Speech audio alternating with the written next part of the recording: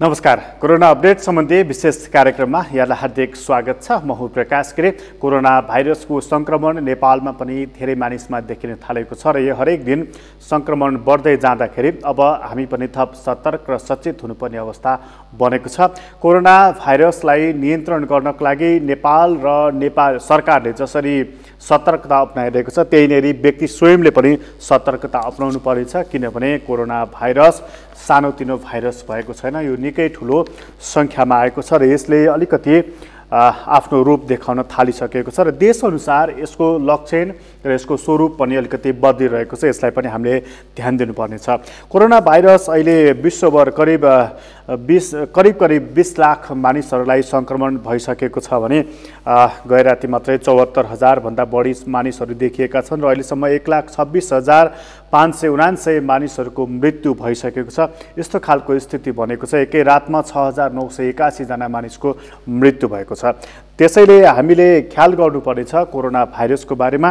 अमेरिकामा गए राति मात्रै 2400 मानिसको मृत्यु भएको छ। यो सानोतिनो अङ्क होइन र ठुलो सङ्ख्यामा अमेरिकामा मानिसहरू सङ्क्रमित पनि भएका छन्। 6,13,000 मानिसहरू भइसकेका छन् सङ्क्रमित र त्यहाँ 26,000 मानिसहरूको मृत्यु भइसकेको छ अमेरिकामा। त्यसैले गर्दा हामीले सिक्नुपर्नेछ विकसित मुलुकहरू अमेरिका जस्तोलाई पनि यति धेरै सताएको छ कोरोना भाइरसले पनि। यदि हामी कहाँ संक्रमण हत्ते फैलियो बढ्यो भनेदेखि हामीले यसलाई थाम्न सकौँला, छेक्न सकौँला, यो प्रश्न रहेको छ। त्यसैले हामी सतर्क हुनुपर्नेछ। युरोपमा त्यस्तै खालको अवस्था छ, नेपालमा त्यस्तै खालको छ। नेपालमा त्यस्तो नहोस् भनेर हामीले कामना गर्नु परेको छ। छिमेकी मुलुक भारतलाई हामीले हेर्नुपर्छ।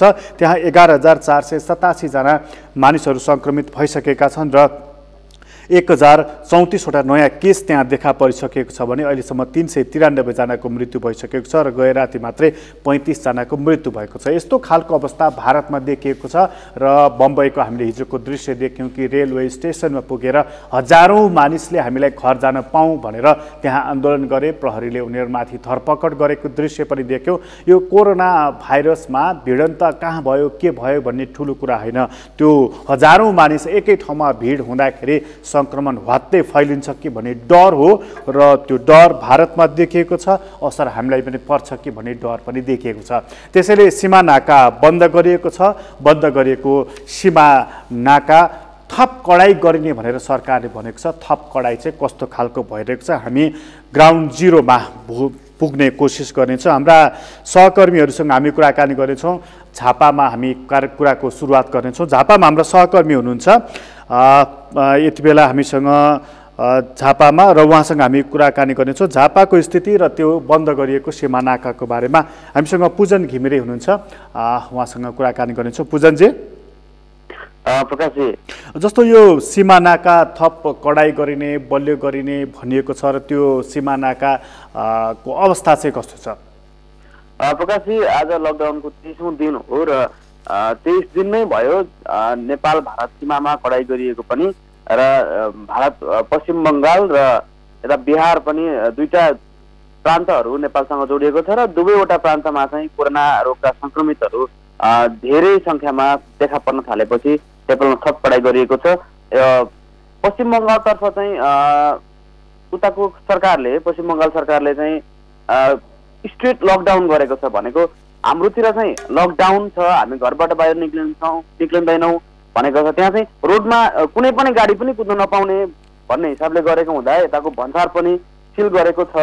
यसले गर्दाखेरि चाहिँ पश्चिम बङ्गालतर्फ अझ कडा छ भन्न सकिन्छ। यद्यपि कुनै ठाउँबाट चाहिँ मान्छेहरू छिर्ने गरेको, नेपालमा आउने गरेको, नेपाली अथवा भारतीयहरू आउने गरेको भन्ने यता कता सुन्नमा पनि आइएको थियो। त्यसै गरी बिहारमा पनि त्यसै यो बोर्डर चाहिँ एकदमै नजिक नजिक भएको र मुखेबारीबाट नै पनि भाग्न सक्ने भन्ने बुझेपछि यहाँको स्थानीय सरकार, स्थानीय प्रहरी प्रशासन र स्थानीयहरूको सहयोगमा चाहिँ बोर्डरमा लस्करै हुने गरी देख्न पुग्ने गरे चाहिँ प्रहरी, सशस्त्र प्रहरी र स्थानीयहरू लागेर बोर्डरमा कडाइका साथ निगरानी गरिरहेको अवस्था छ। शिशिरजी जस्तो यो तपाईँले भन्नुभयो नि बोर्डरलाई एकदमै कडाई गरिएको छ र त्यहाँ हाम्रो चाहिँ सुरक्षाकर्मीहरू तैनात भएका छन् भनेर जस्तो त्यो हाम्रो बोर्डरमा जुन मुख्य नाका छ मुख्य नाका त बन्द छ यो कुरा त बुझियो होइन त मुख्य नाकाभन्दा अन्य नाकाहरूबाट पनि के मानिसहरू आइरहेको अनौपचारिक रूपमा अथवा रात बिहानहरू आइरहेको बोर्डर क्रस गरिरहेको त्यस्तो कुराहरू केही जानकारी छ र तपाईँलाई? प्रकाशजी त्यस्तो चाहिँ पहिले चाहिँ सुन्नमा आयो र भयो भन्ने आशंकामा यो नेपाल प्रहरी सशस्त्र प्रहरीले चाहिँ 1 किलोमिटरको डिस्टेन्समा त्यहाँ विभिन्न क्याम्पहरू बनाएर टेन्टहरू लगाएर अनि स्थानीयहरूकोसँग समन्वय गरेर स्थानीयले चाहिँ बोर्डर सुरक्षा समिति भनेर नै बनाएर 2 शिफ्ट गरेर स्थानीयहरू प्रहरीलाई सघाउने र प्रहरी जनशक्तिको अभावको कारणले गर्दाखेरि स्थानीय पनि प्रहरीसँग मिसिएर हेर्ने सुरक्षा गस्ती गर्ने र त्यही 24 घण्टा बस्ने भएको कारणले गर्दा यस्तो अवस्था छैन भन्न सकिन्छ। भनेपछि प्रहरी र स्थानीयहरूको बीचमा समन्वय भइरहेको छ होइन शिशिरजी? एकदमै एकदमै एकदमै भनेको एउटा राम्रो उदाहरण त्यहाँ भइरहेको रहेछ। अनि अर्को कुरा चाहिँ जस्तो अब कस्तो छ भने जस्तो लकडाउन गरियो, लकडाउन गरेको कैयौँ समयपछि अहिले जस्तो काठमाडौँमै पनि झन्डै 26-27 दिनपछि मानिसहरूलाई सङ्क्रमण देखियो। जस्तो झापामा चाहिँ यी केसहरूको सन्दर्भमा अहिले त्यहाँ के जस्तो ऱ्यापिड टेस्टहरू गर्न थालिएको छ कि के छ त्यहाँको स्थिति? अहिलेसम्म चाहिँ झापामा विभिन्न देशबाट भारतबाट आएका मानिसहरूलाई चाहिँ यो क्वारेन्टिनमा राख्ने गरिएको थियो र क्वारेन्टिनमा अझै पनि राखिएको छ। होम आइसोलेसनको लागि पठाइएको छ, आइसोलेसन वार्डहरू बनाएको छ।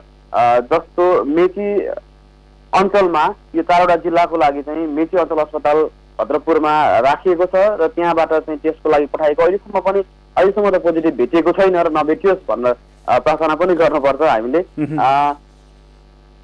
यसको लागि चाहिँ टेस्टको लागि चाहिँ हामीले शङ्का लाग्यो भने भद्रपुर लाने, मेची अञ्चल अस्पताल लाने र त्यहाँबाट पनि हो कि जस्तो लाग्छ अथवा त्यस्तो खालको सिम्टम्स आउँछ भने चाहिँ बिपी कोइराला स्वास्थ्य विज्ञान प्रतिष्ठान धरानमा चाहिँ यो टेस्टको लागि व्यवस्था मिलाइएको छ। प्रकाशजी भनेपछि अहिले अनि लकडाउनको अवस्था चाहिँ कस्तो छ? जस्तो काठमाडौँमा अलिकति कडाई गरिएको छ, झापामा चाहिँ कस्तो छ? लकडाउन कडा नै छ। अब मानिसहरूले बिस्तारै बुझ्न थालिसके। यो पहिले चाहिँ उल्लङ्घन नै भएको थियो झापामा, तर अहिले चाहिँ स्थानीयहरू नै कोही बाहिर निक्ल्यो भने प्रहरीलाई खबर गर्ने अथवा चाहिँ उनीहरूले नै सम्झाउने पठाउने र लकडाउनलाई मान्नुपर्छ भन्ने जस्तो छ। अब लकडाउन हुँदाखेरि चाहिँ खाद्यान्न सब्जीहरू चाहिँ कसरी उपलब्ध गर्ने भन्ने समस्या रहेको थियो। यसमा चाहिँ झापाका स्थानीय तहहरू यहाँ स्थानीय प्रशासनले चाहिँ जे आवश्यकता पर्छ स्थानीय तहका प्रतिनिधिहरूलाई भन्ने र प्रतिनिधिहरूले चाहिँ त्यो घरमै उपलब्ध गराइने यो खालको पनि नयाँ सुरुवात चाहिँ झापामा भएको छ।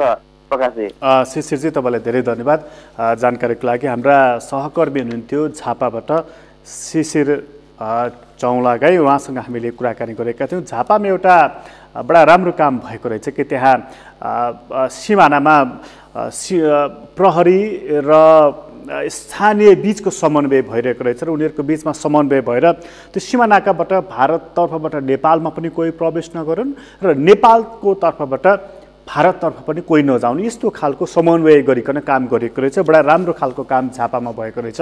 स्थानीय र प्रहरीको बीचको समन्वयको एउटा राम्रो उदाहरणको रूपमा यसलाई लिन सकिन्छ र अहिलेसम्म झापामा कोरोनाको सङ्क्रमणबाट कसैलाई पनि सङ्क्रमित भएको देखिएको छैन, यो एउटा कुरा छ। र एकछिन यसपछि हामी काठमाडौँको वातावरण बुझ्नेछौँ। काठमाडौँमा आज अलिकति कडाई गरिएको छ र यो कडाई के कारणले गरिएको रहेछ र कडाईमा कति मानिसहरू कारबाही परेका रहेछन्, हामी कुराकानी बुझ्ने कोसिसमा छौँ र हाम्रा सहकर्मी हुनुहुन्छ यति बेला शान्ता दनुवार, उहाँसँग कुराकानी गर्नेछौँ। शान्ताजी हजुर हजुर हेलो।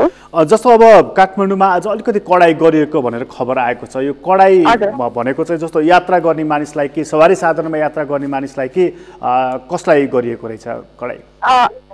यस्तो छ, जस्तो अब हामी चाहिँ यो बानेश्वर हुँदै यता नगर साइडतिर यो जुन भित्री सडकमा चाहिँ हामी जुन आउँदाखेरि चाहिँ जुन हामीले दृश्य देख्न सक्यौँ, यहाँ चाहिँ धनु सुरक्षाकर्मीहरूले यहाँ जुन बाटोमा हिँडिरहनु भएको जति पनि हुनुहुन्छ नागरिकहरू उहाँहरूलाई चाहिँ अब नियन्त्रणमा लिनुभएको छ होइन, भनौँ बाहिर निस्किन दिनु भएको छैन र पसलहरू खाद्यान्न पसलहरू पनि त्यति धेरै खुल्न दिनु भएको छैन। धेरै जुन मान्छेको भिडभाड हुन्छ भनेर चाहिँ त्यो पनि बन्द गराइएको छ जुन यो दिउँसोको टाइममा होइन, त्यो छ। त्यस पछाडि अब अत्यावश्यक जुन यो काम बाहेक अन्य जुन जति पनि हिँडिरहनु भएको छ उहाँहरूलाई चाहिँ नियन्त्रणमा लिनु भएको छ, सम्झाउने त्यो चाहिँ भइरहेको छ। भित्री सडकहरूमा पनि अलिक कडाइ नै गरिएको छ भनौँ। शान्ताजी, जस्तो अब यो केही दिन यता चाहिँ 2-3 दिन यता लकडाउनकै अवधिमा पनि विशेष पास लिएका अथवा अन्य पास लिएका कारणले होला सायद सडकमा अलि बढी मात्रामा सवारी साधनहरू चलेको देखिएको थियो काठमाडौँमा। आजको अवस्था चाहिँ कस्तो छ?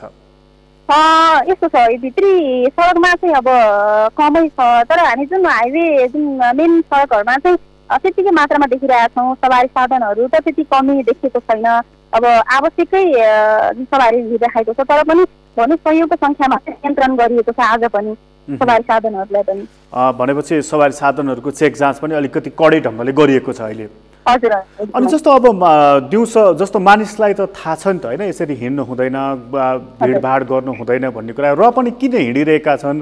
प्रहरीले यसरी हरेक दिन समात्नुपर्ने, हरेक दिन भन्नुपर्ने, प्रहरी पनि त आखिर मानिस नै हो, सुरक्षाकर्मी भए पनि, तर किन भन्नुपर्ने? मानिसहरू किन निस्किँदा रहेछन्? के तपाईँले कुराकानी गर्नुभएको छ त्यस्ता मानिसहरूसँग? त्यो चाहिँ अब यसरी उनीहरूको चाहिँ म्याक्सिमम सबै जुन नागरिकहरू जति पनि निस्किरहनु भएको छ उहाँहरूको चाहिँ अब दिउँसोको टाइम अलिक कमै देखेको छ। दिउँसोको टाइममा चाहिँ बिहान 6 देखिको त्यस्तो 8:30 बजीसम्म र साँझ 5 बजीदेखिको उता 6-7 बजीसम्म त्यो टाइममा चाहिँ बढी हिँड्ने, र उहाँहरूले चाहिँ अब बढी खाद्यान्न मतलब लिन जाने अथवा कामै एउटा जुन कारणहरू देखाइरहनु भएको छ, तर पनि अब त्यो चाहिँ भनौँ त्यसरी हिँडेको आधारमा पनि अब सुरक्षाकर्मीहरूले चाहिँ उनीहरूलाई नियन्त्रणमा लिइरहनु भएको छ। जस्तो भित्री सडकमा चाहिँ अब हिँड्दाखेरि खासै अब प्रहरीहरू आउँदैनन् भन्ने त्यो हिसाबले भित्री रोडमा सडकहरूमा चाहिँ बढी देखियो जुन नागरिकहरूलाई होइन।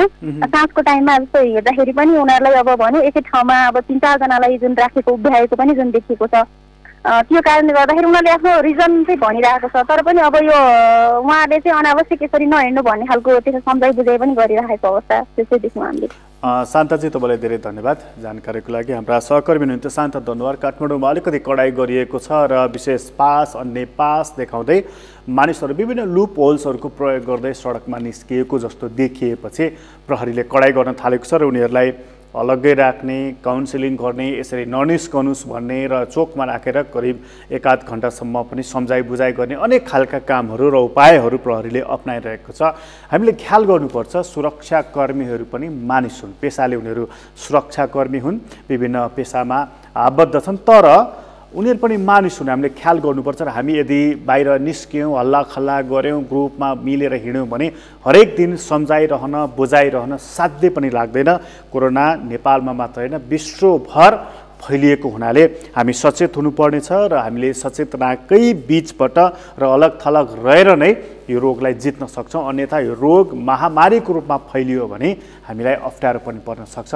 त्यति बेला के प्रहरी के आम मानिस कसैलाई पनि यसले छाड्ने छैन भन्ने पनि छैन। त्यसैले हामी जोगिनुपर्नेछ। एकछिन काठमाडौँ पछि हामी पोखरातर्फ लाग्नेछौँ। पोखरामा हाम्रा सहकर्मी तुलसी सुवेदी हुनुहुन्छ। पोखराको अवस्था ताजा के रहेछ त्यो कुरा हामी बुझ्नेछौँ। तुलसीजी। हजुर प्रकाशजी, अब जस्तो पोखरा पर्यटकीय नगरी लकडाउनले गर्दाखेरि त त्यहाँ ती सबै कुराहरू त बन्द भएको छ र लकडाउन अलिकति कडा गर्ने भनेर प्रहरीले भनिरहेको छ। काठमाडौँ पनि अलिक कडाइ नै गरिरहेको छ। पोखरामा चाहिँ के छ?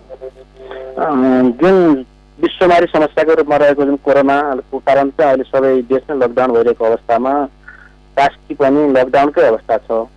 तर केही दिन यहाँका स्थानीयहरू अथवा नबुझ्ने कारणले होला स्थानीयहरूको चाहिँ सडकमा गल्ली गल्लीहरूमा चाहिँ अलिकति बाक्लो उपस्थिति भएका कारण चाहिँ यहाँको स्थानीय प्रशासन प्रहरीले चाहिँ अलिकति चाहिँ त्यसलाई कडाइका साथमा लिइरहेको अवस्था छ।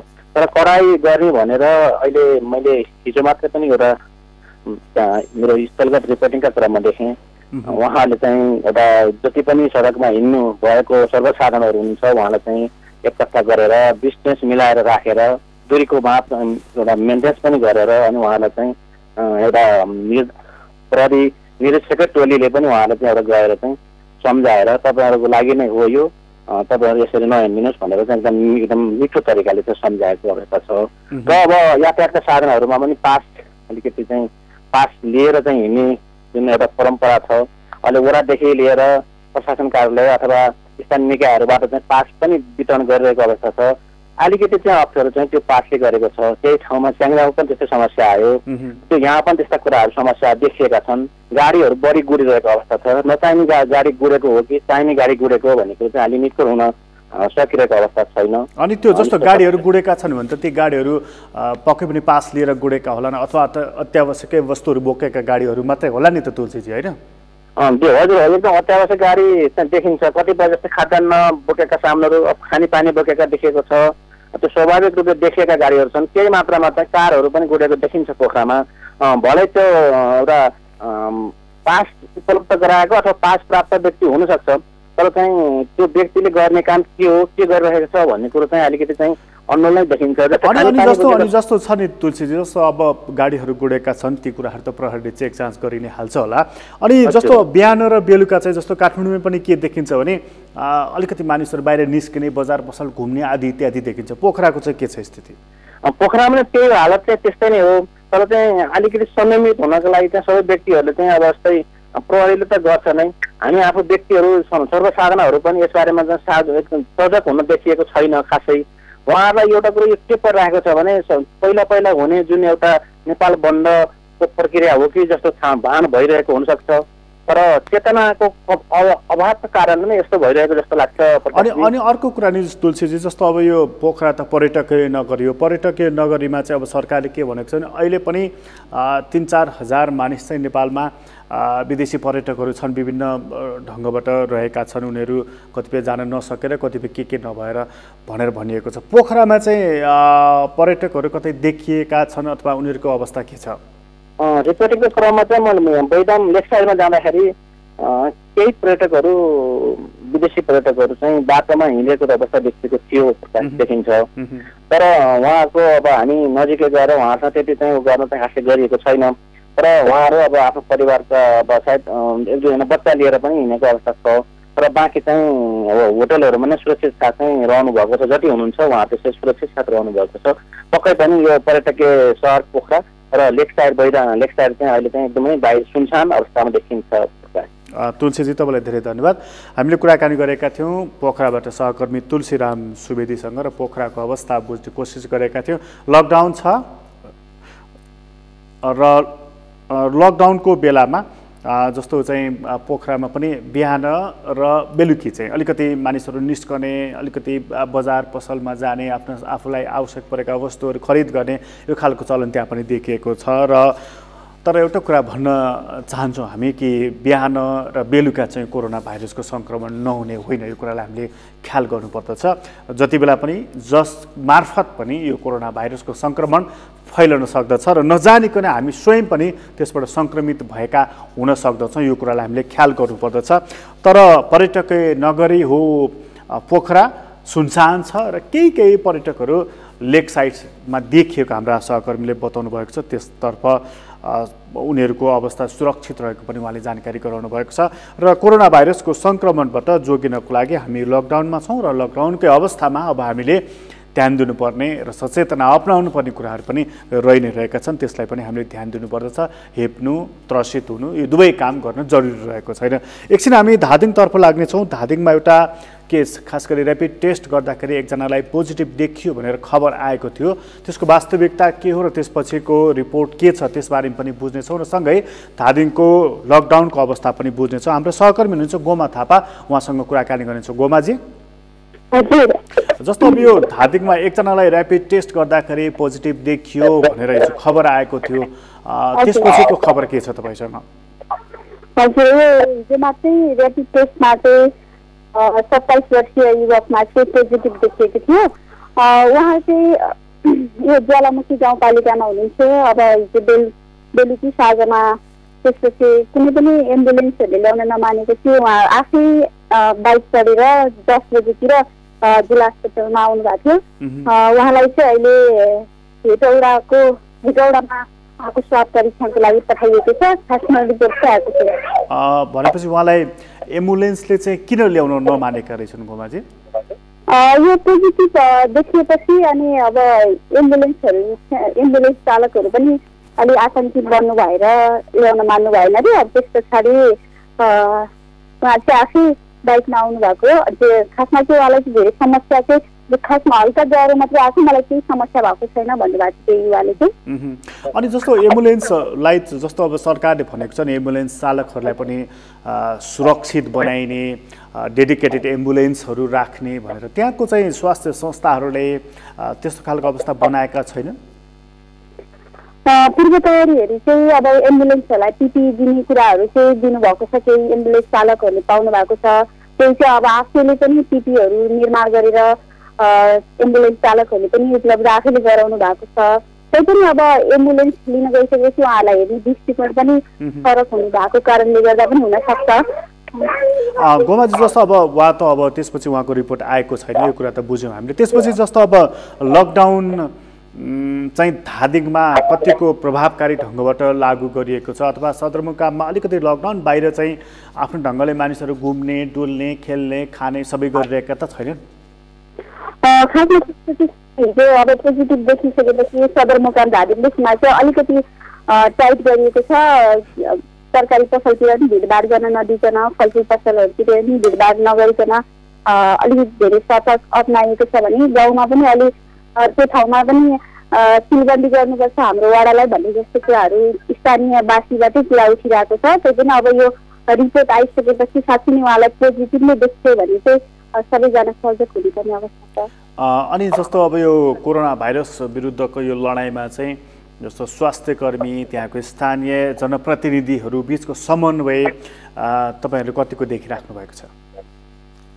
हजुर, यो राम्रै छ, ठिकै भइरहेको छ। सबै अब आफ्नो ठाउँमा रहेर काम गरिराख्नु भएको छ। गोमाजी तपाईँलाई धेरै धन्यवाद जानकारीको लागि। हाम्रो सहकर्मी गोमा थापा हुनुहुन्थ्यो धादिङबाट। धादिङमा हामीले बुझ्ने कोसिस गरेका थियौँ, ऱ्यापिड टेस्ट गर्दा एकजना मानिसलाई पोजिटिभ देखिसकेपछि धादिङमा पनि उच्च सतर्कता अप्नाइएको छ र बडा चिठलाग्दो अवस्था के देखिएको छ भने ऱ्यापिड टेस्ट गरियो र ती व्यक्तिलाई कोरोना भाइरसको सङ्क्रमण छ भनेर ऱ्यापिड टेस्टमा भनिसकेपछि उनलाई स्वाब कलेक्सनको लागि अस्पतालसम्म आउनुपर्ने, तर एम्बुलेन्सले ल्याइदिएन, एम्बुलेन्स चालकले ल्याइदिएनन्। उनीहरूले ल्याउन नमानिसकेपछि आफै आफ्नो मोटरसाइकलमा उनी त्यहाँसम्म आइपुगेका छन्। स्थिति अलिकति फरक खालको छ जमिनको र सिंहदरबारको। यो सिंहदरबारमा डेडिकेटेड एम्बुलेन्सको कुराहरू गरिएको छ र एम्बुलेन्स चालकहरूलाई पनि मास्क, पन्जा अनि पिपिई लगाइदिने कुराहरू गरिएको छ, अलग कम्पार्टमेन्ट बनाउने कुरा पनि गरिएको छ, तर वास्तविकता अलिक फरक खालको छ, त्यस्तो भएको छैन। अहिले पनि कोरोना भाइरसबाट सङ्क्रमित बिरामीलाई बोक्नको लागि एम्बुलेन्स चालकहरू तयार छैनन्, उनीहरूलाई सुरक्षित बनाउन सकिएको छैन। यो कुरालाई हामीले मनन गर्नुपर्नेछ, सरकारले यो कुरालाई ध्यान दिनुपर्नेछ। र यो धादिङको खबर थियो। धादिङपछि अब हामी एकछिन पाल्पातर्फ लाग्नेछौँ। पाल्पामा हाम्रा सहकर्मी किरण कौशल हुनुहुन्छ, उहाँसँग कुराकानी गर्नेछौँ। किरणजी। हजुर प्रकाशजी, जस्तो अब पाल्पामा चाहिँ यो कोरोना सङ्क्रमणको हिसाबले त्यहाँ कति टेस्ट गरिएको छ, त्यहाँको स्थिति के छ किरणजी? प्रकाशजी, पाल्पामा खास गरी क्वारेन्टाइनमा रहेका झन्डै 44 जनाको टेस्ट गरिएको थियो। यहाँ ती 44 जना सबै नेगेटिभ रिजल्ट आइसकेपछि उनीहरू अहिले घर फर्किएका छन्। त्यो बाहेक पाल्पा अस्पताल र लुम्बिनी मेडिकल कलेजमा भर्ना भएका 5 जनाको पनि स्वाब परीक्षण गरिएको थियो। स्वाब परीक्षणमा पनि उहाँहरू नेगेटिभ आइसके पश्चात उहाँहरू पनि सामान्य रूपमा घर फर्किसकेको अवस्था छ। खास गरी पाल्पाको कुरा गर्नुपर्दा ज्वरो क्लिनिकहरू 4 ठाउँमा चलिरहेका छन्। Lumbini medical college, mission hospital, त्यस्तै गरी पाल्पा अस्पताल र रामपुर अस्पतालमा। ज्वरोको बिरामीहरूको सङ्ख्या हेर्दाखेरि पनि लकडाउन यता सामान्यतः रेसियो एउटै रहेको, त्यस्तो ज्वरोको बिरामी नबढेको जिल्ला स्वास्थ्य कार्यालय पाल्पाको तथ्याङ्क रहेको छ। र प्रकाशजीले अगाडि पनि अलिकता कुरा जोड्नु भएको थियो धादिङको प्रसङ्ग।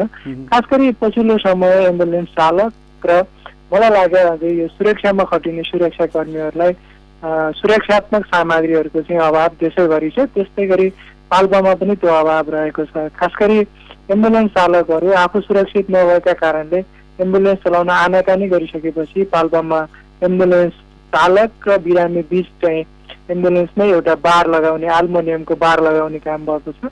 र पछिल्लो समय नेपाल रेड क्रस सोसाइटीको पहलमा के एम्बुलेन्स चालकहरूलाई पन्जा, त्यस्तै गरी कम्तीमा एउटा पिपिईको समेत व्यवस्थापन गरिएको छ भने त्यस्तै गरी मैले जानकारी गराउँ सुरक्षामा खटिने खास गरी सुरक्षाकर्मी साथीहरूलाई अहिले पनि त्यस्तो खालको सुरक्षात्मक उपायहरू उनीहरूसँग पन्जा, सेनिटाइजर, उत्कृष्ट मास्क लगायतको व्यवस्था नहुँदाखेरि उनीहरू पनि सवारी साधनको चेक जाँच गर्नुपर्ने, कडाई गर्नुपर्ने, तर त्यो खालको प्रबन्ध चाहिँ राज्यले वा स्थानीय सरकारहरूले पनि गर्न नसकिरहेको स्थिति छ। खास गरी स्थानीय सरकारहरूले पाल्पामा वैदेशिक रोजगारबाट फर्किनेहरूको तथ्याङ्क सङ्कलन गरेर उनीहरूको घर घरमै पुगेर सम्झाउने र उनीहरूलाई होम क्वारेन्टाइनमै बस्न आग्रह गरिएको छ। अहिलेसम्मको सन्दर्भमा हेर्दाखेरि सुरक्षात्मक हिसाबले पाल्पाको वातावरण ठिकै देखिन्छ। झन्डै 38 बेडको आइसोलेसन, 9 बेडको भेन्टिलेटरको व्यवस्था गरिएको छ र नयाँ केसेसहरू त्यस्तो पत्ता लगाउने काम चाहिँ अहिलेसम्म खास गरी त्यो 44 जनाको टेस्ट भइसकेपछि अरूको टेस्ट भएको छैन र अवस्था नर्मलै छ। र लकडाउनको कुरा गर्नुपर्दा सवारी साधनहरू चलाइमा कडाई नै गरिएको छ। खास गरी पाल्पा रूपन्देहीसँग सिमाना जोडेको र तराईसँग सिमाना जोडेको कारण रातारात हिँडेर आउने यात्रीहरूको सङ्ख्या पनि अलि सिद्धार्थ राजमार्गमा यहाँ हुँदै पोखरा सेङ्जासम्म जाने अवस्था भएको हिसाबले यसलाई अलिक बढी कडाई गर्नुपर्छ भन्ने जनआवाजहरू उठिरहेको छ। यद्यपि कोही खट्टाफुट्टा मानिसहरू हिँडिरहेका छन्, उनीहरूलाई रोक्ने प्रयास पनि गरिएको छ र केही सवारी साधनहरूलाई दैनिक जसो कारवाही गर्ने, मोटरसाइकलहरू समात्ने। त्यस्तै गरी हिजो मात्रै एउटा एम्बुलेन्स चालकले पाल्पाबाट गुल्मीसम्म यात्री लिएर जान खोजिरहेका रहेछन्, उनलाई पनि समातेर कारवाही गर्ने प्रक्रिया चाहिँ अगाडि बढिरहेको छ। पाल्पाको सन्दर्भमा हेर्दा अहिलेसम्मको नर्मल अवस्था नै देखिन्छ। प्रकाश किरणजी, बडा गजबको विवरण तपाईँले दिनुभएको छ, पाल्पाको एउटा चित्रण गर्नुभएको छ। अलिकति एउटा कुरा तपाईँसँग सोध्न मन लाग्यो, जस्तो पाल्पा चाहिँ बडा प्रचलित छ, पाल्पाले ढाकाको लागि, करुवाको लागि, त यो लकडाउनले गर्दाखेरि त सबै काम ठप्प भएका होलान् कि ती घरेलु उद्योगहरू पनि आफ्नो ढङ्गबाट भित्री रूपमा चाहिँ चलेका छन्, के छ? होइन प्रकाशजी, खास गरी अहिले घरेलु उद्योग लगायत सबै व्यवसाय लगभग ठप्प नै छ। साधारणत मानिसहरू घरबाट निक्लिरहेको अवस्था चाहिँ देखिँदैन, किनभने घरेलु ढाकामा पनि केही मानिसहरूको भिडभाड हुने, जमघट हुने भएको कारणले चाहिँ घरमै भन्दा पनि तानहरूमै बसेर उनीहरू ढाका बुन्ने गर्दथ्यो, त्यो अहिले रोकिएको छ। र अर्को कुरा, केही विकास निर्माणका कामहरू गर्नुपर्छ भन्ने खालको आवाज पनि अहिले पछिल्लो समय उठ्न थालेको छ। खास गरी यहाँलाई जानकारी भएअनुसार सिद्धार्थ राजमार्ग चाहिँ केही फराकिलो गराउने काम थियो, यो अहिले काम अगाडि बढाउनुपर्छ कि भन्ने कुरा जिल्ला समन्वय समितिमा वा जिल्लाको सहजीकरण समितिमा छलफल भइरहेको छ। त्यो बाहेक अहिले तानसेन तमुरा सडकको बाटो चौडा गर्ने काम चाहिँ केही कामहरू अगाडि बढिरहेको छ, तर अरू यहाँ भएका मजदुरहरूलाई र यहाँ अरू जेलादारीमा काम गर्नेहरूलाई पनि सम्बन्धित व्यक्तिहरूलाई घरसम्म पुर्याउन यहाँको निर्माण व्यवसाय साथीहरूले सहयोग गरेर उहाँहरूलाई घरसम्म पुर्याइरहनु भएको छ। खास गरी घरमै बसेर गर्न सकिने साना खालका उद्योगहरू, पाल्पाली ढाका, करुवा लगायतका अरू उद्योगहरू पनि अहिले प्रायः सुनसान नै ठप्प नै छन्। प्रकाशजी, किरणजी, तपाईँलाई धेरै धन्यवाद जानकारीको लागि। हाम्रा सहकर्मी किरण कौशल हुनुहुन्थ्यो पाल्पाबाट। पाल्पाको अवस्था अलिकति फरक खालको रहेको छ, कडाई गरिएको छ, चेक जाँच राम्रोसँग गरिएको छ, तर त्यही हो औषधि र सुरक्षा सम्बन्धी उपकरणहरू त्यहाँनिर अलिकति कम देखिएको कुरा पनि उहाँले हामीलाई जानकारी गराउनु भएको छ। र सबैभन्दा महत्त्वपूर्ण कुरा, अहिलेसम्म त्यहाँ कसैलाई पनि कोरोना भाइरसको सङ्क्रमण देखिएको छैन। टेस्ट त करिब 50 जना जतिलाई गरिएको छ, तर रिपोर्ट नेगेटिभ आएको छ। एउटा सुखद खबर हो। र यो पाल्पामा एउटा अर्को काम पनि भइरहेको देखिन्छ, जस्तो केही विकास निर्माणका कामहरू जुन चालु आर्थिक वर्षमा भइरहेका थिए तिनलाई निरन्तरता दिने गरी काम भइरहेको कुरा पनि उहाँले हामीलाई जानकारी गराउनु भएको छ। र यो खबरसँगै कोरोना अपडेट सम्बन्धी विशेष कार्यक्रमबाट म प्रकाश गिरीलाई बिदा दिनुहोस्। सगरमाथा टेलिभिजन हेर्दै गर्नुहोला। नमस्कार।